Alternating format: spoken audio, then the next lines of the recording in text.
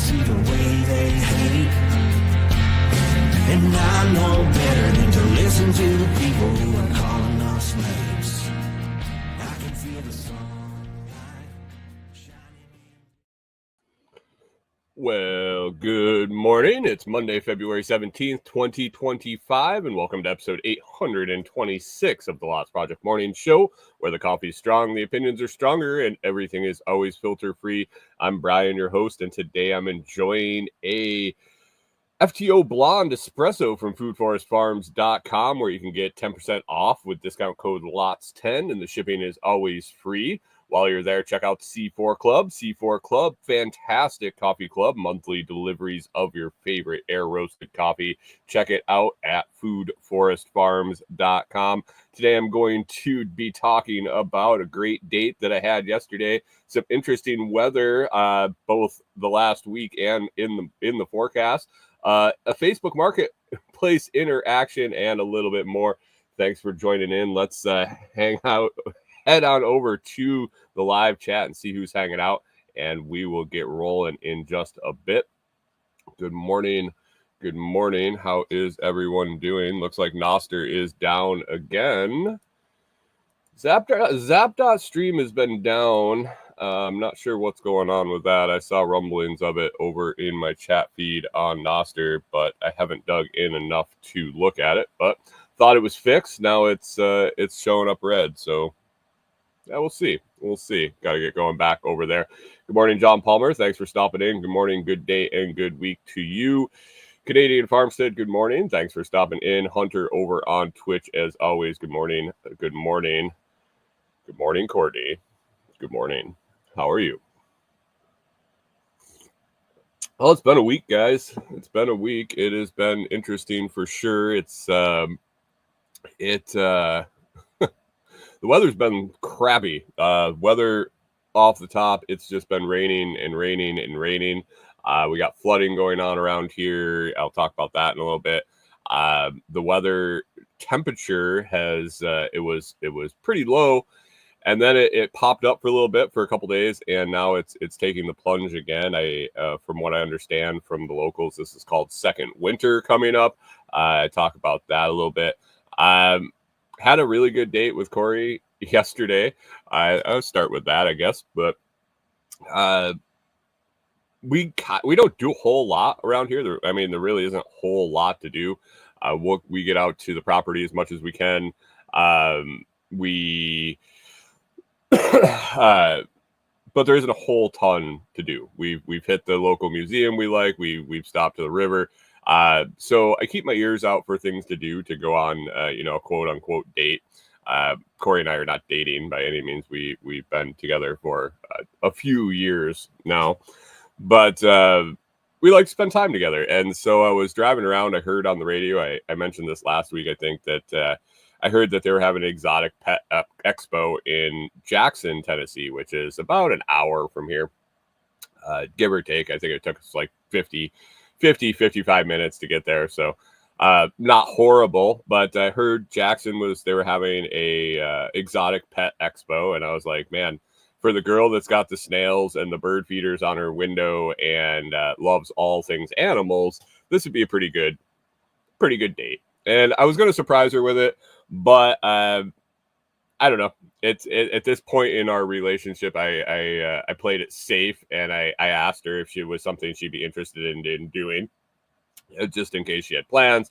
Or she's like, no, I don't want to go see all the animals in cages, which I completely didn't expect to happen. I completely expected her to be excited about going, which she was.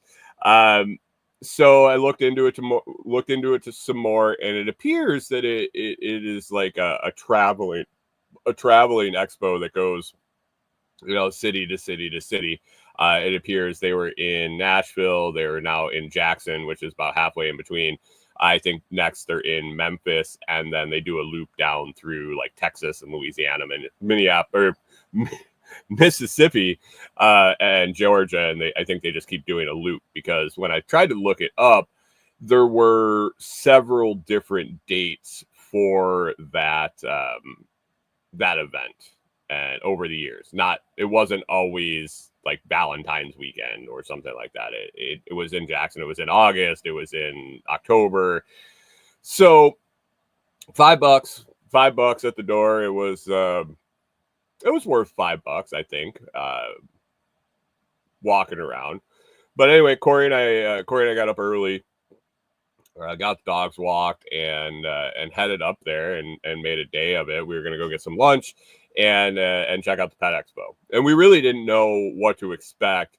In my experience, you can go to these things and they can be completely jam packed and hundreds of vendor booths and tons of people everywhere. And then I've been to similar events where it's like 4 or 5 tables and it takes you 3 minutes to walk through it. So we were hoping for the former. We were hoping for pretty packed and not necessarily a ton of people, but at least a ton of vendors.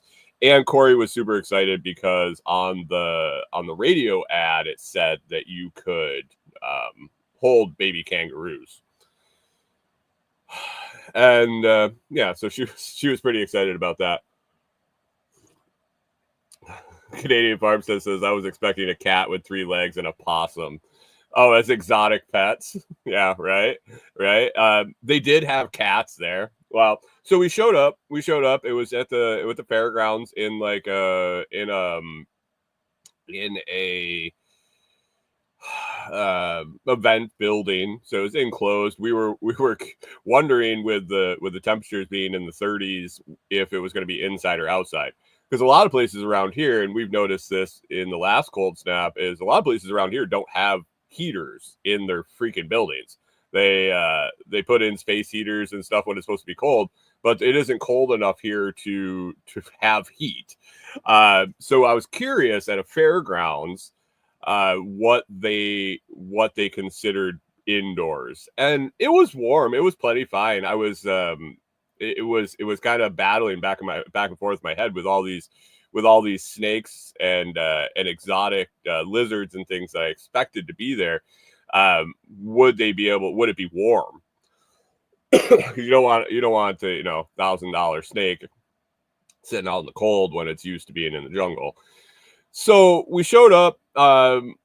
Pretty easy to find. One little tiny sign, like we had GPS to where it was at, but then one tiny little sign advertising this thing. And so we walk in, and it was a ton of vendors. It was man, I would have to say at least 50. It must have been 50. I didn't count really. We walked around for quite a while, hour probably or more. So we walked in, stuffed animals and exotic pet stuffed animals at the door, vendors by the door. They were selling stuff like that. No live animals. We both wanted to use the bathroom, so I hit the one bathroom. I walked over to wait for Corey to come out, and I'm looking around, and there's like cats in cages. Like, to me, they looked like house cats. But supposedly they were exotic house cats, rare breeds, possibly Bengals, or I don't know what the breeds that the cats were. See, this isn't my thing. Corey should be doing this segment about the Pet Expo because, excuse me, she obviously paid way more attention than I did. But anyway, looked at these kitty cats in the cage, and then we started walking around. Canadian Farmstead says, nobody tried to show me their exotic pet in the bathroom. No one tried to show me their snake in the bathroom, but someone was trying to wrestle something in one of the stalls that appeared to have been dead, possibly, maybe. He was struggling pretty hard. Maybe too many cheese curds on Saturday. I'm guessing maybe one of the vendors sat and ate cheese curds all day and was having a tough go of it. But anyway, we started walking around, tons of snakes to the point where it ended up getting repetitive with the snakes. Lots of ball pythons, lots of, I think they were corn snakes, lots and lots and lots of ball pythons, all different patterns and colors and all sorts of that. That was kind of the main I would say that was the main animal there, was probably ball pythons. Tons of them. We got to see. Oh, they had everything. They had all the little lizards. They had iguanas. They had geckos. They had skinks and all sorts of little lizards. We saw miniature squirrels. I'm surprised we didn't come home with some of these things. So this guy at one vendor booth, he had miniature possums, miniature squirrels, and sugar gliders, and something else. Good morning, Rewilder Life. Thanks for stopping in. Appreciate you. Yeah, so he had these miniature squirrel things, and they were interesting. They're like this big. They're like probably, I don't know if you're listening, I'm guessing they were 2-3 inches long. Didn't weigh shit. He didn't let us touch them. He had them, but they were like crawling all over him. He had it on a little leash. He's like, you don't really need it on a leash, but some people, when they get comfortable with you, they'll like run up and down your back and stuff. And he's like, people like to have the leash on them so they can tell where they are.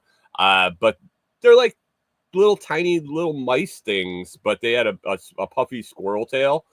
And he said they live like 6 years. And I was like, oh my God, I could just picture us coming home with some of these things. But she resisted. Canadian Farmstead asked if there were any tiny little tiny armored ones. And there weren't any live. Somebody was selling a 3D printed version of an armadillo that like it rolled up into a ball, and then it had the plates, and you could unroll it and set it. It was like a little desk toy, something you'd put on like by your, kind of like the ducks, you know. But they had those, tons of 3D printed stuff. It was worth the $5 to get in for the entertainment, to walk around and look at everything. But it got really repetitive. And I don't know in that space how you would stand out as a person that's not a collector. I wasn't there looking to purchase a snake. I wasn't there looking for anything specific, more general observation. I don't know how you would stand out in that crowd if you were selling the same thing. And they obviously all sell the same thing. Well, a majority of them sell the same thing. There were some people that had some different stuff. There was somebody there doing custom laser engraving on random stuff that didn't seem to be affiliated with exotic pets at all, other than the fact that you could probably get a chameleon or something laser engraved on your Stanley mug or whatever they were engraving. So they were a little different. I think they were just traveling with them to make money doing with their laser engraver. There were French bulldogs for sale, puppies. I didn't know that they were exotic. Canadian Farmstead wondering if the exotic 3D printed stuff. It was 3D printed stuff of like snakes and lizards and I think one of the stands was actually 3D printed items to go in like your terrarium with animals. I think. I'm not sure. I really didn't dig in that far. Good morning, Chris Dixon. Thanks for stopping in. He says, laser engrave your new snake. Yeah, that would probably go well. Lots of tiny little snakes. And then every couple of booths, every once in a while, there was turn your garter snake into a diamondback. Every once in a while, there was a big snake. Take a picture with the big snake. Man, these people are money whores. I don't want to say all of them. There were some people that they had a big old Burmese python in a Tupperware in a clear Rubbermaid tote, and it was like $5 for a picture with the snake. And I mean, it was a pretty impressive snake. I think he said the one was like 16 foot long and like 45 pounds, I think is what he ended up saying. Uh, but it was like $5 to take a picture with my snake. And I was like, $5. It was weird. The vendors were awkward. And like Corey and I said when he left is, not to stereotype, but a lot of the times people into exotic pets aren't the most socially normal people. Canadian Farm says this, how much to put one of those cats in the Rubbermaid? You had to buy the cat first. I think the cats were like $600 or $1,200 or some stupid shit like that. These cats were super expensive. They had monkeys you could get pictures with. I don't think you could buy a monkey. And then they had kangaroos. They had baby kangaroos in a cage set up, and you could pay to go in and play with the kangaroos.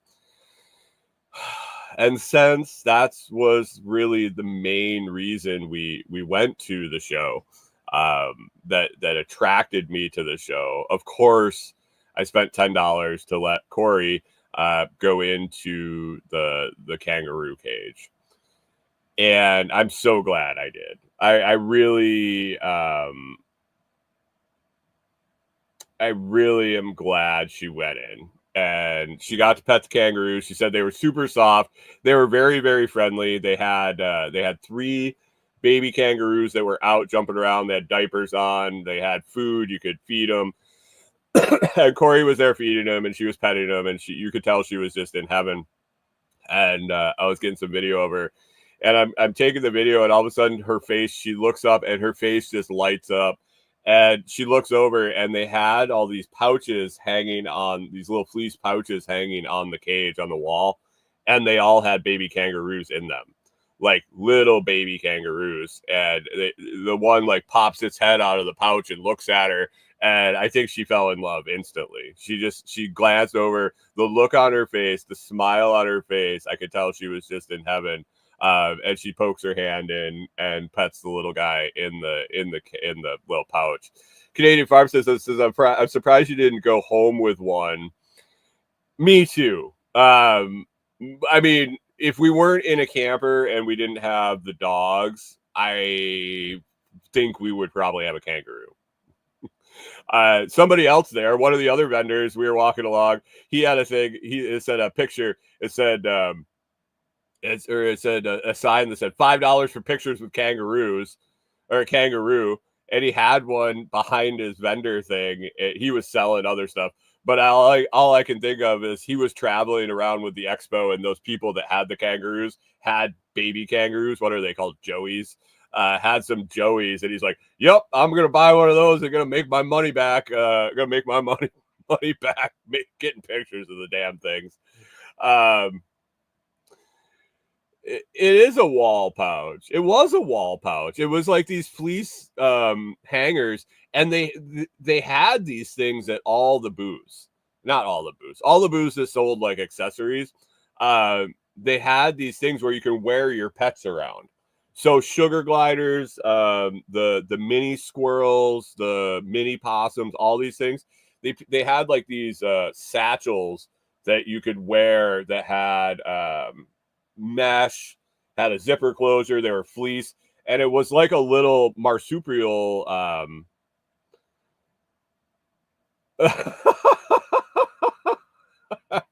little marsupial pouches, and you could buy them. And Rewilder Life says, doesn't Corey have a system for hanging wall pouches? she's got her door shut at the moment, so. But yes, she does. She does have a bag system on her walls. So it was fun. I enjoyed it. I would probably go back. I think if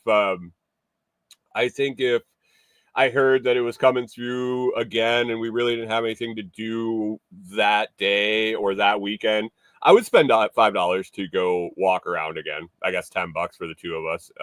Free parking and a drive up there, and then we went out and had lunch at think it was called the Old Spaghetti Factory or something. Hey, Rewilder Life says you could have got a kangaroo because you have a place to hang them on your wall racks, and you could have that kangaroo right by your work desk. Every few minutes, it just pop its head out. Canadian Farm says she has the door shut, so I can't see her baby kangaroo. Maybe. What was the name of that restaurant? Old Town Spaghetti Store. I'm not sure if it was a chain restaurant or if it's a one-off location, if it's a local thing or what it is. But Old Town Spaghetti Store is where we went for lunch. It was all right. It was Italian. It was nondescript, I guess. It was all right. It's all right. I had a French dip. I had a French dip and French fries at an Italian restaurant. So there's that. There is that. Corey had some pasta. She said it was pretty good. So that was our date. It went well. It went well. She still loves me. She stuck around. She hasn't left yet, so that's good. Beyond that, the weather here has been absolutely crazy. I guess not that crazy for the time of year it is, but the last week or so, I was looking at my show notes from last week, and there was forecast of 68 inches of rain in the forecast for the last calendar week. So Monday to Monday, the 10th through the 17th. And I would say we got all of that. We probably got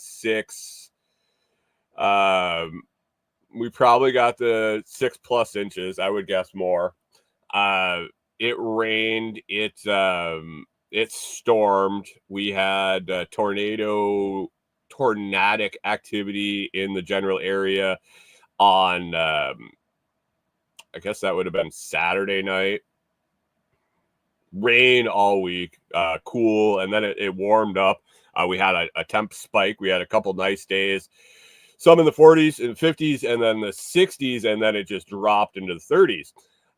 And so with all the rain, the normal expectation, the Tennessee River floods here. Seems like every year since we've been here, it's flooded at least a little. But with all the rain in the forecast, we started getting the flood warning on the weather app for the county we're in. And so the town I go to get groceries in is about a half hour from here, half hour south. It's right on a river bend, and it's known for flooding. There's floodplains. If you look at all the areas around the river, you can tell it floods quite often. A lot of the homes are up on stilts. There's a lot of RV parks that you can tell people get in and out of there quite often. And so the weather warning went out that the flooding is going to happen. It's been changing when the cresting is going to be. Flood stage at Savannah, where I go get groceries, is 370 feet. 370 feet for the river. The river elevation, I guess, would be what it would be called. Would that be the river elevation? The river isn't 370 feet deep.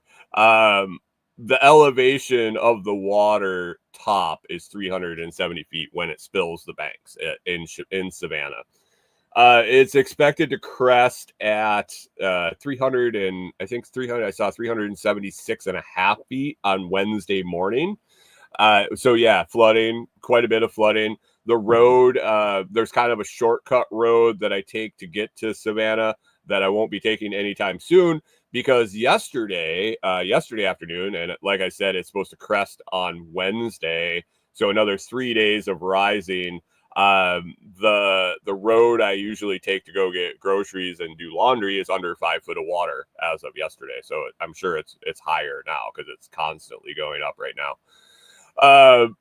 So there's that. A levee broke north of where we were yesterday, so about 2 hours northwest of here. a levee broke and pretty much swallowed a town.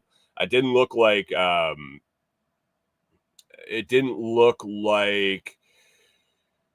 it looked like first floor flooding from the videos I saw. Like it didn't wipe out the whole town like they had happen here in Waverly, kind of in this general area a few years ago, where the whole town was pretty much destroyed. This levee breached and basically flooded the town, but it didn't look like it said on the report that I saw that it was a mass casualty event. But we know through the school shootings and things like that the term mass casualties, it could have been I think a couple people died, which is too much. Don't get me wrong, it's too much if anybody dies, but I don't think Canadian Farmstead says the levee wasn't dry. It was not. It may be now that the water has escaped, but flooding there. And the cool part, or not so cool part, is this week it's supposed to dive in temperature. We have a couple of days in a row, I think Wednesday, Thursday, where we're not going to get above freezing. We have overnight in the high single digits or low double digits.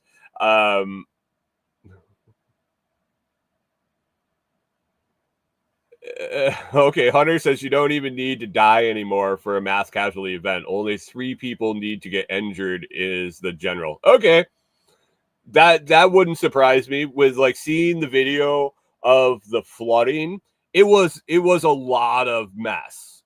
I mean, it still is. It's still underwater. It will be a lot of damage. It's really a pain in the ass and displaced a shitload of people. But looking at the water level, there weren't cars piled up all over like they got pushed by the rush of water. It looked like the levee overflowed more than breached. Man, maybe that's the same thing. And I could be completely off on this. I only saw the aftermath, but just by looking at, like, it didn't push any trees over, it didn't push any cars around. It just looked like all this thing had been, water had risen up.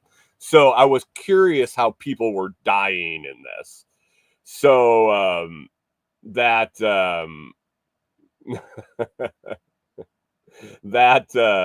that definition of mass casualty event would probably make sense. So Rewilder Life says, "Oh, let me tell you about weather." And then all of a sudden, after I talked about flooding for a minute, she said, "Never mind, I'll take this lots of snow and drifting."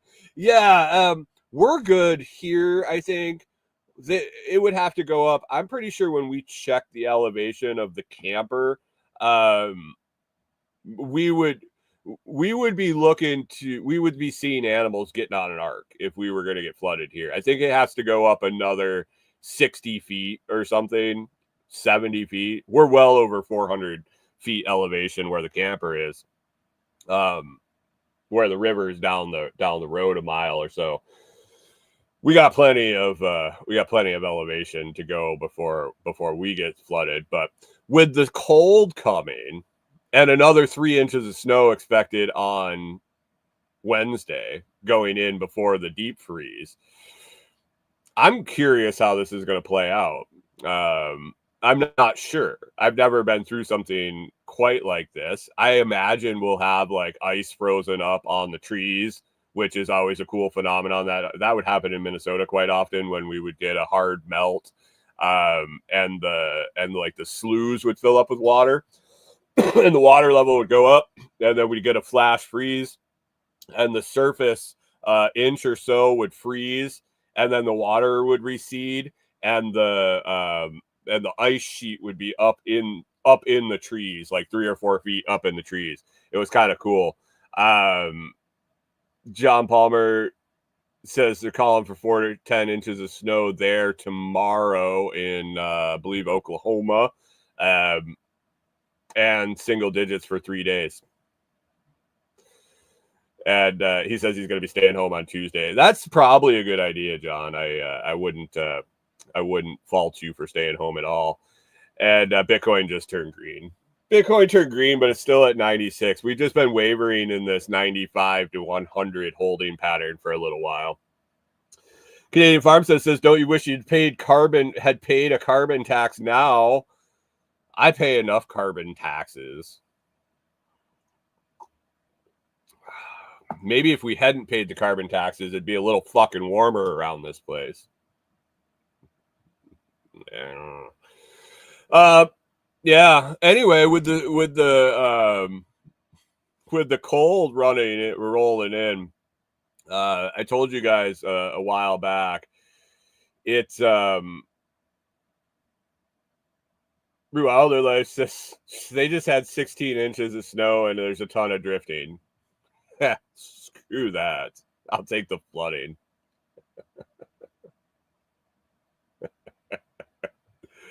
Hunter says, I guess that means I need to pay attention to the weather on Wednesday. What's happening on Wednesday? With all the snow? Oh, the snow here? I don't know. So with the weather coming in, I told you guys about my experience buying firewood off of Marketplace. And the folks local, I kind of drilled them over and over and over.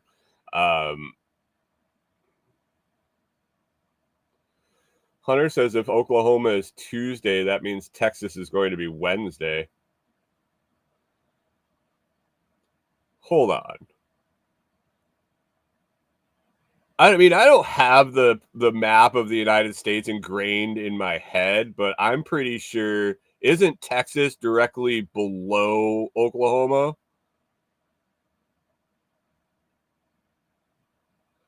Do the weather patterns run north and south in the United States now? I'm so confused. So confused.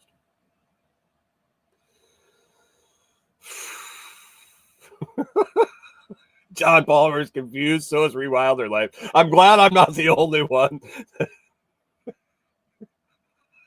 I'm glad I'm not the only one. Maybe we can... Maybe we'll have to put a donation together and send Hunter Rand McNally Atlas.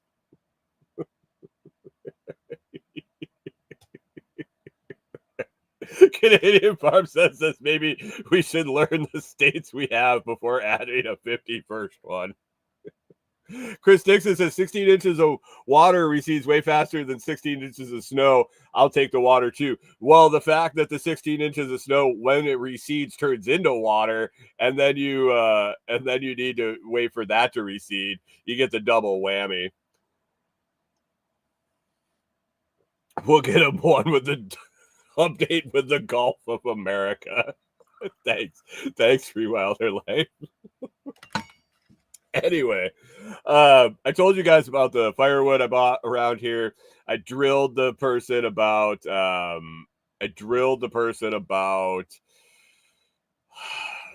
if it was dry, and I told you that they jumped through hoops to put some dry stuff on top, and by the time I realized it really wasn't dry, it was way too late. Our stove being so small, we need extra dry firewood, because it just, we don't have enough volume to get the coal bed rolling enough to both dry the wood out and produce enough heat to keep the camper warm, both due to lack of insulation and the size of the stove. So it works great when we have super dry firewood, seasoned dry firewood, that it works well. You get any sort of wet-ish non-seasoned wood, and it's cold. It doesn't want to start.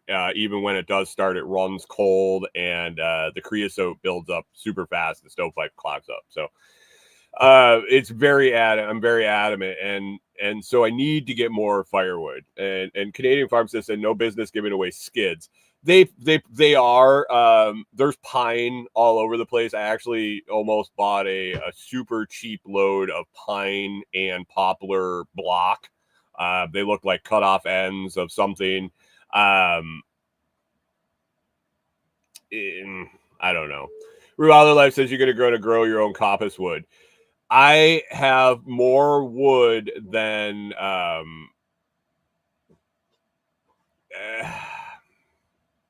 at the property, and it's the fact that it needs to be a year seasoned. I cut it all down this summer. It's just not ready. But we've been using deadfall, and it's been working great. And we just, with all the rain, I can't get back to the property to get more.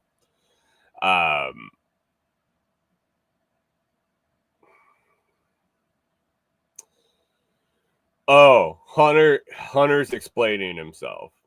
It says, just checked, rain on Tuesday. It should be iced over on Wednesday. The after effects is what you're worried about. Gotcha.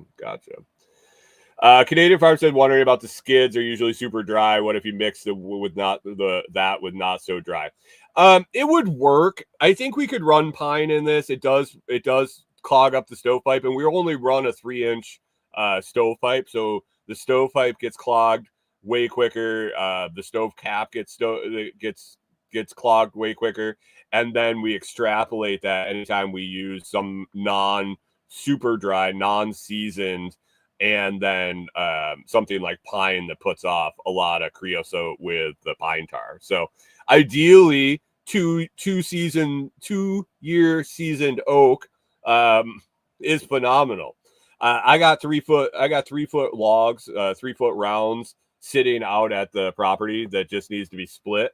And the amount I have out there, going back to Rewilder's coppice wood, we have so much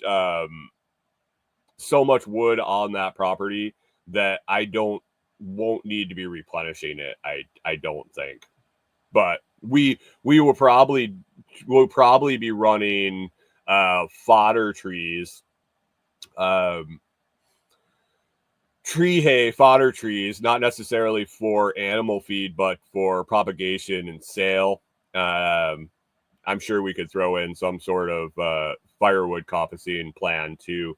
But right now we'll have plenty, especially coming from Minnesota, where the volume of wood you used for a winter was like 10x at least than here. So what I cut down and still have yet to cut down out on our little patch there, it'll be plenty. So anyway, it's just getting through this winter. Since I can't speed up time, and I can't make the stuff I have drier, and I can't get back reliably to the property at the moment to get more dry wood, to get more deadfall. Everything I have access to right now is damp and not seasoned. And so I hit Marketplace again, and skipped right over the one that I used last time. But I hit Marketplace again, and there were quite a few people. I started researching a little bit more this time. I realized that not everyone is that trustworthy on there, and you can believe what they say in their listing. And so I started asking some more questions, and I found 2 folks that seem to sell a shitload, sell a ton of firewood. That's basically their winter job, or their fall winter job. Seems like delivery, both of them. Delivery was pretty much the only option. So I started chatting with them, and then both of them really, it was going to come down to price. I was like, all right, well, this guy wants 125. This guy wants 110. Well, girl wants 110. They're both going to deliver it. I obviously just go with the lower price. Reviews were similar. And so I said, can you bring it on Monday? Because I have enough to get through today, probably tomorrow, maybe Wednesday. But I really don't want to run close. I don't like to be cold. and it's cold enough in here when we do have a full-blown fire going. And so I was like, hey, can you drop it off yesterday or Monday? And the first one, the cheaper one, was like, no, I do deliveries on Wednesday. I can come on Wednesday. I can put you on the list. I was like, oh, fuck. I asked the other one, and she's going to show up today, I think, this afternoon. But when I was talking to him, I was sitting at the table, and I said to Corey, I said, I'm getting wood on Facebook. Didn't even think of it. She's like, oh, yeah? They've been, by the way, Facebook's been showing me horrors like you wouldn't believe.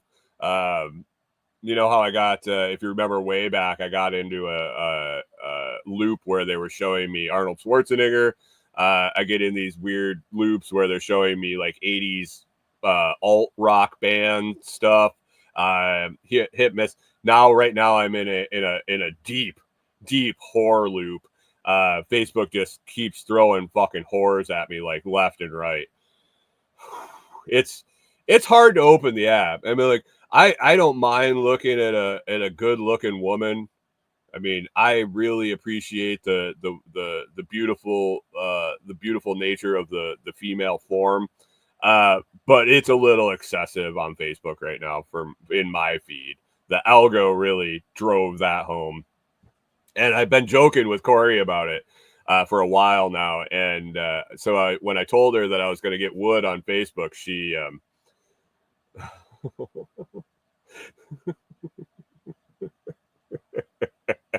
I told Corey that I was getting wood on Facebook.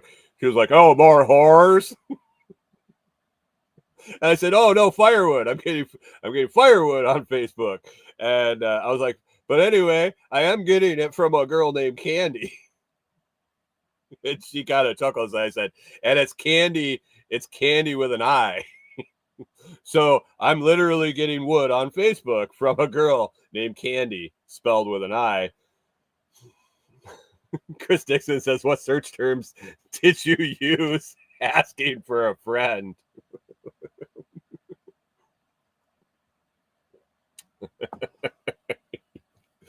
So yeah, so Candy's supposed to come today. After she gives me my wood, she's coming. Canadian Farmstead said, who knew stripping was seasonal? Right? Oh, I felt bad. I feel dirty. But anyway, they're supposed to show up today. They're like, here's the price. Wilder Life says, oh yeah, all my car doors are frozen. Sweet. Oh, I hated that shit. I had a friend that used to have he cut a flat sheet, and every day he got home from work, he would open both his car doors and drape the sheet over the windshield and wrap it around the side view mirrors and hang it over the doors and shut the doors. And his shit didn't freeze. He didn't have ice on his windshield. He didn't have ice on his side view mirrors, and his doors never froze to the door frame. I was always sketched out and like, dude, you're gonna end up that cloth is gonna be moist at some time.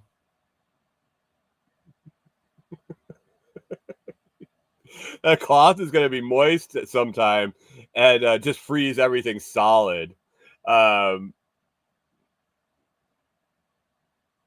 That's what Rachel says. I wondered it would just freeze to the car. That's what I always thought. But he's like, no, I swear, dude, it's never frozen to the car. I don't know if he had and what kind of sheet it was.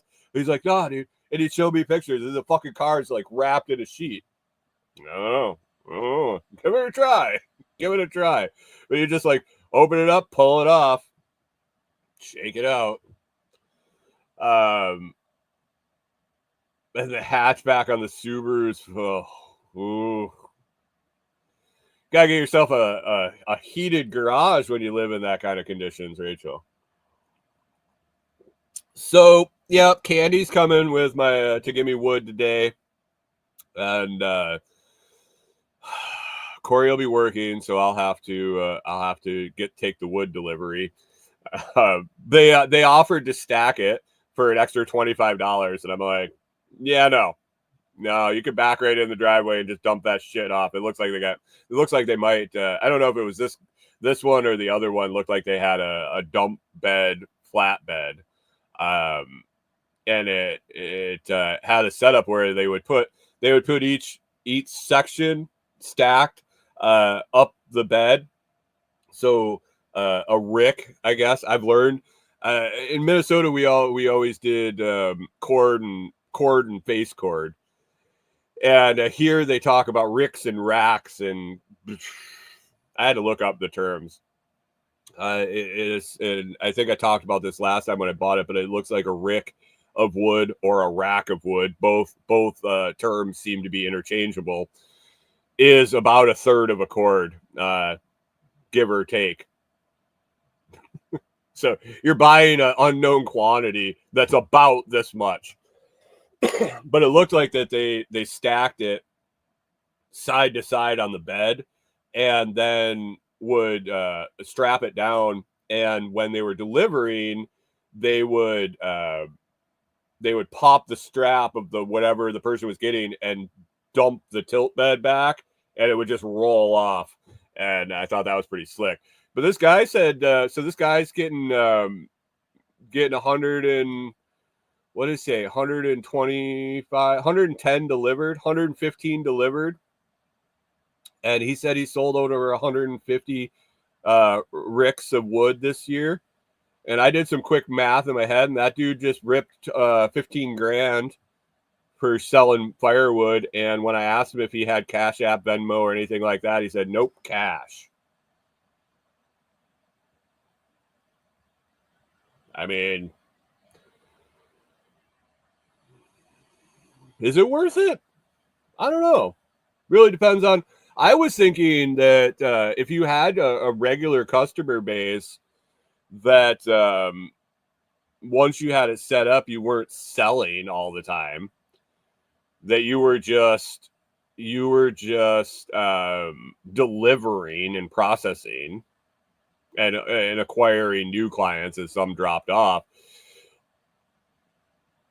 I mean, if you had your workflow set up and you had good seasoned wood, you got a year into it before you make any money. If you're selling decent product, might not be horrible. Might not be horrible. Oh, and speaking of side hustles, that's Rewilder Life says, nice hustle. Hey, Pip, how we doing? He says, is that like tomato or tomato? I guess. I don't know. It's when I searched it, I'm not the only one that has been confused by the firewood terminology, because there were a dozen articles about the different regional dialects or regional names and different things firewood is quantified and sold by. So there is that. We need a standardized measure of firewood, and we also need to make sure that all firewood sales have a moisture meter with them. I think this should be required, or maybe the buyer beware and get it. But thinking about the wood side hustle, when we were at the Pet Expo. So when we were in Minnesota, we sold a lot of raw pet food, rabbits and quail, processed chicken parts and things like that. We did a solid bit of we probably sold more pet food, excluding eggs. Even eggs, we sold a shitload of quail eggs into the pet food market. I would say excluding eggs, we sold more product into the pet food market than anything else. And our next ventures in pet food were going to be along the reptile family, and we were going to move into either mealworms or rats and mice, or both at the same time. That was after the quail was going to be set and running on its own. We were going to expand into running rats and mice and mealworms eventually. It was all the planning was done for all of it. It was just a matter of which one we wanted to do first. So I've done a lot of looking into breeding rats, both as pets and pet food. And being there yesterday really kind of sparked that in my head again, just because of the sheer limited space it takes to do. Basically, you run them in racks full of little Tupperware containers. They don't need a ton of room. They breed like bunnies and rats and mice, and they breed really fast. And if you do it right and you get into the right market, it could be pretty lucrative. And being at the Pet Expo yesterday, I was kind of scoping it out. There was one vendor selling frozen reptile food. They had freezers on site. Everyone else was selling pet rats or pet mice, pet hamsters, all of the things that you feed. And I don't know if there's a requirement in Tennessee. I know there were some really weird semantic stuff in Minnesota where, not anti-Semitic, semantic stuff, where if it was alive, it had to be a pet. You couldn't sell live rodents as food, even though wink, wink. If you went to the store and you owned a snake and you bought a pet rat, the pet rat became friends with your snake real fast and then tickled his insides. So I don't know if that was the deal, why they were all listed as pets. They didn't look very healthy, the pets. So I don't know. That might be something that we fire up pretty quick when we have a structure. I'm not putting them in the camper. We don't have enough room here, even though it is super limited space. Our limited space is all limited, is all occupied. But that might be something that might pop up real quick and start putting those out as soon as we have a little bit of square footage to set it up and a freezer to hold product. Because it was simple, inexpensive to start, and easy to run. So that could be something. Could be something for sure. And Corey likes rats. Corey and her brother had pet rats when they were kids that they would walk on leashes and all sorts of fun stuff. So she'd be okay. She'd be okay as the mama taking care of the things, and we would probably run them like we did our rabbits, where I was in charge of to the beginning of life and the end of life, and she took care of them on a day-to-day basis. I'm guessing works out well. She loves the animals, and I don't get attached to them that way. So thinking about that. Director Detour this week. I got Lance Psycho came out today. Psycho, you would think is spelled the normal way, but it is actually spelled Cayko. Really interesting dude out of South Dakota, now lives in Colorado. Multifaceted. He's an architect. He's a builder. He's done all sorts of construction. He's a fisherman. He's a community garden guy. So definitely check his interview out. I enjoyed that. Lorraine Ball coming up this week, and Derek Hales. Derek Hales was interesting. I booked him before I realized who he was. But turns out, if you've ever seen I don't know if you've seen the website called Sleepopolis, I believe was the name of it. It was a long time ago. Long ago that Corey and I, when we bought our first mattress together, when we moved in to our house, I used it to research the mattress. It was a mattress research review site, basically. Turns out he got sued.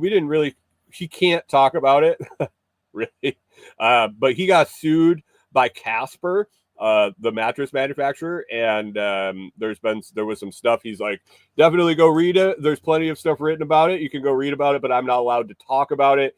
And so I went and researched after the fact. And what a crazy story. What a crazy story that is. But he is now doing Sleep Lab, I believe, is the name of his site, where he reviews and does mattress reviews, and product demonstrations, things like that. So I think it was Sleep Lab.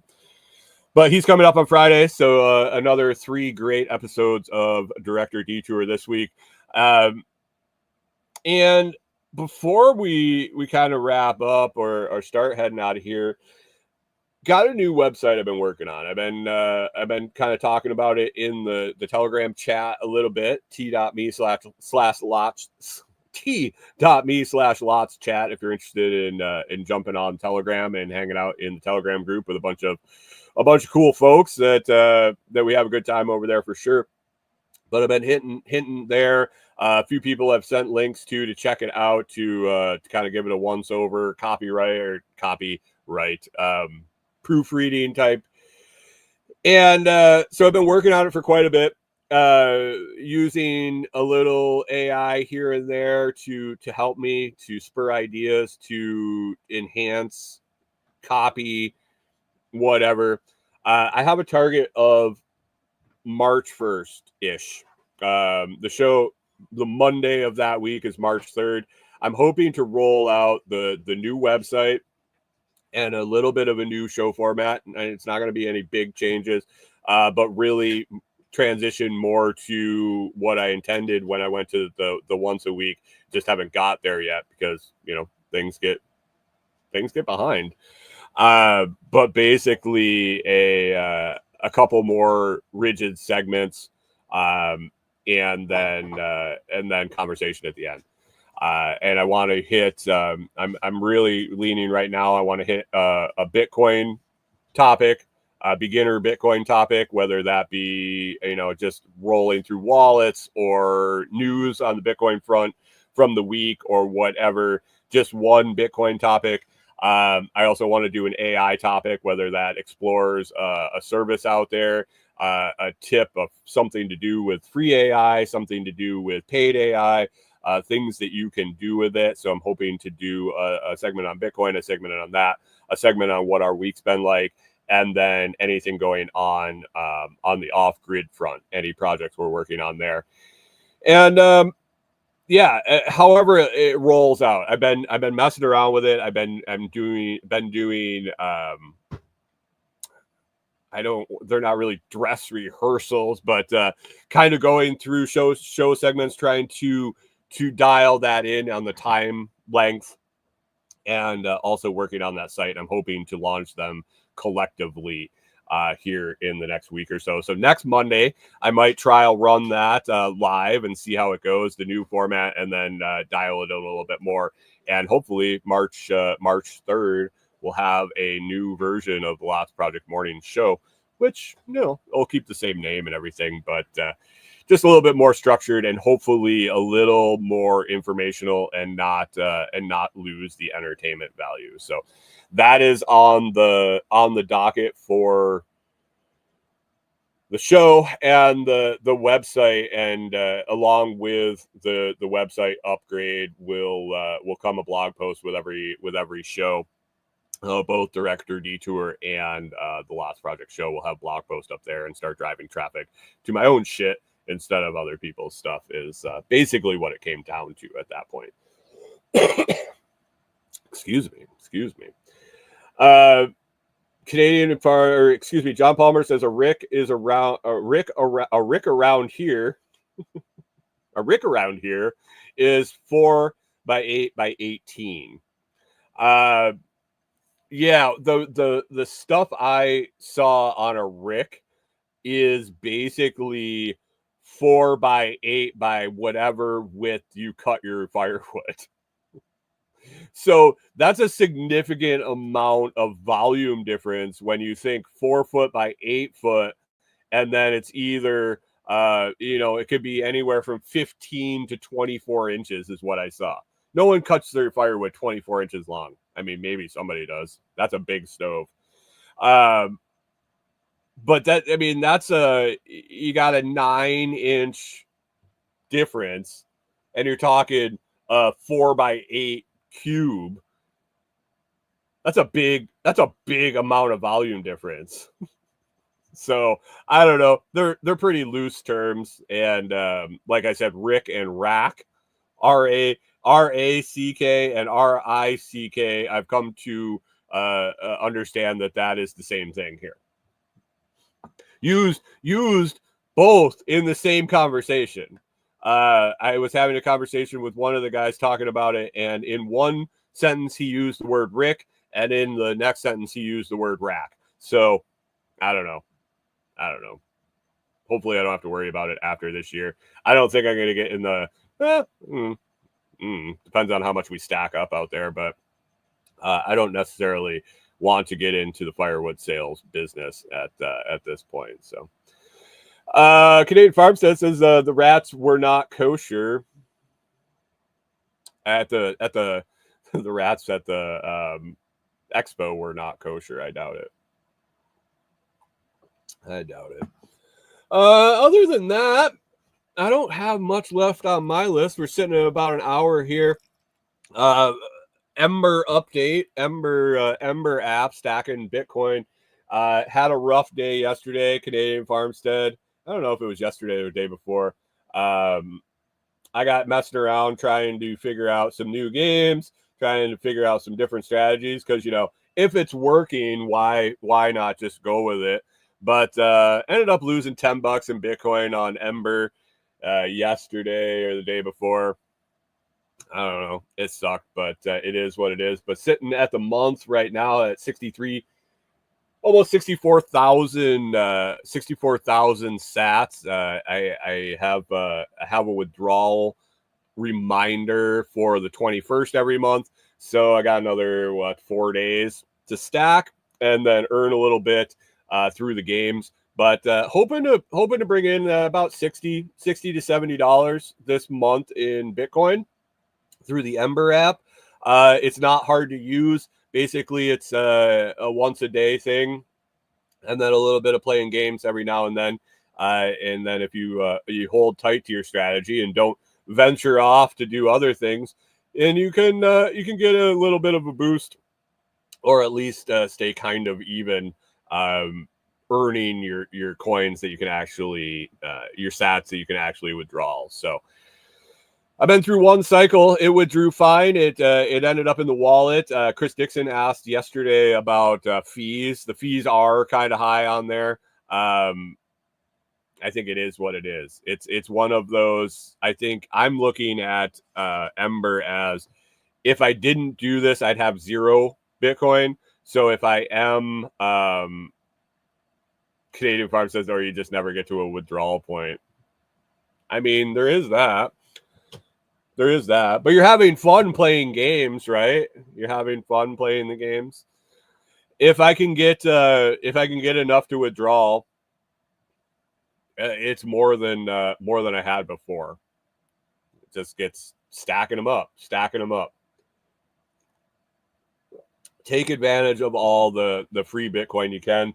I sit and think about it. I think about the fact that we all share memes. I shouldn't say we all. Several of us share memes in the Telegram group about old school fountains, faucets, and things like that. Faucets, where you could get a Bitcoin or more for clicking a button. Now, this is back in 2012, 2013, when Bitcoin was worth a fraction of what it is now. But the amount of payout was mind-boggling compared to the price right now. So I look at that and say, what are my opportunities today that I felt like they're not worth it today, or maybe borderline worth it, or almost worth it, those type of things. I look back at what could have been a significant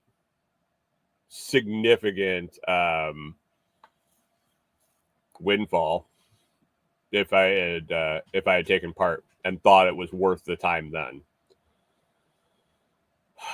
Do I know if it's going to be worth it? Will that $70 be worth $200? Will it end up being worth what it'll be worth? It'll be worth 70,000 sats. John Palmer says the tea's ready, and Canadian Farmstead thought that my ears were whistling from doing math in my head. maybe. But I don't want to be here 10 years from now, 15 years from now, and go, man, I could have been earning 30 sats a minute by clicking a button. I don't want it to be like I could have been earning a Bitcoin a minute by clicking a button. Now I don't see it being that much, but you never know. I wouldn't have ever expected in 2012 to be saying Bitcoin's $100,000. Or I would have been clicking that fucking button every minute. So just something to think about. Exchange your time wisely. Exchange it wisely. If anybody's got anything you want to talk about, hit it in the comments and we'll talk about that. Some other things have popped up this week on the Bitcoin front. Fold has rolled out their credit card waiting list. The Fold debit card I've been using for a few years now have made a pretty decent stack in rewards, Bitcoin rewards that only keeps going up in value. You get rewarded in sats, not in dollars, so your sats stay sats. And with the price of Bitcoin, they fluctuate in how much your rewards are worth. So check out Fold. The link is down in the description. Like I said, they have both the credit card coming out. That's on a wait list. And the debit card. I definitely suggest you get the debit card, if nothing else. You get it, order it, hook a bank account, deposit $100. You get 20,000 sats. I get 10,000 sats if you use my link down below. And start using it. Start earning those rewards for using your debit card. There's some strategies that you can use to maximize that. If you're interested in that and learning more about that, feel free to reach out to me. I'll probably be doing a article, blog post, or a little course on the things I do to maximize my Fold rewards and Fold returns. So that's down in the video description is a link to pick up the Fold card. And I'm thinking at the beginning they're going to require Fold debit card to get the credit card, but I don't know if that's going to be the case long term. ShakePay community member, if you're up in Canada, community member Chris Dixon. Chris Dixon sent me his ShakePay link. Since I don't have ShakePay, I am not a Canadian. Thank God. After the ass whooping the U.S. hockey team put on them, I would probably have to. I don't even know if I could show up online with the name Canadian Farmstead or something like that. Never mind. Sorry about that. But ShakePay, if you're up in Canada, check out ShakePay. Link in the video or in the audio description and video description. Jade Plus over there, 10% off with the Lots Project code, or you can click the link down in the video and audio description. That'll put that code right at checkout for you. You don't have to worry about it, but blockstream.com, store.blockstream.com, or click the link down in the description. Check out the Amazon stuff if you would. Canadian Farmstead says the tournament's not done. It doesn't matter. One game was enough, dude. I'm surprised the Canadians haven't quit yet. Do you think the crowd's going to boo the national anthem again? Fucking America. I didn't even watch it. I just saw the replays and all the hoopla about the national anthem and then the immediate fighting. I thought it was kind of funny.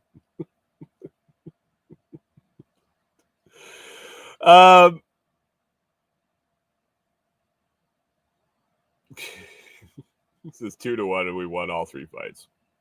Like I said, I didn't even watch it. I saw a headline about it and some stupid little video and thought I would bust a little balls. But like I said, I don't know anything about it really.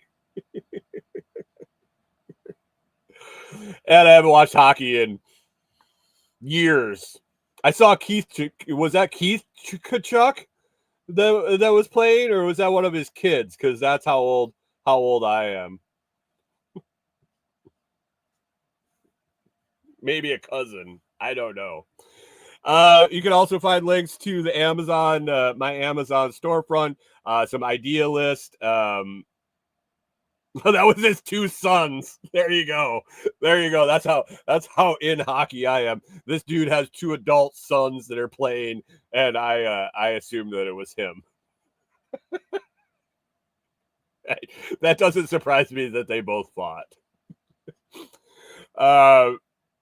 Amazon storefronts over there. Links. All the links are down in the descriptions. The audio and the video. I appreciate you hanging out. I hope you come join us in the Telegram group at t.me/lots chat. Just click on apply. I'll check out your application and probably send you a chat and talk to you for a second. Make sure you're a real human being. I hopefully keep the security of the chat pretty locked down for the members that choose to join, so they're not getting spammed and stuff out of my group. Anyway, I hope you have a fantastic day. I hope your week goes great. We'll see how the weather goes here. Like I said, you can find me over in the Telegram chat or all across the interwebs under the Lots Project. Just shoot me a message anywhere, and look forward to that new website going live sometime between now and March 1st. I'll probably put it up and it'll be live and going, and then I will announce it after the fact once everything is up and working. So hope you have a fantastic day and you all have a great week. Thanks for hanging out, and we will talk to you again next Monday.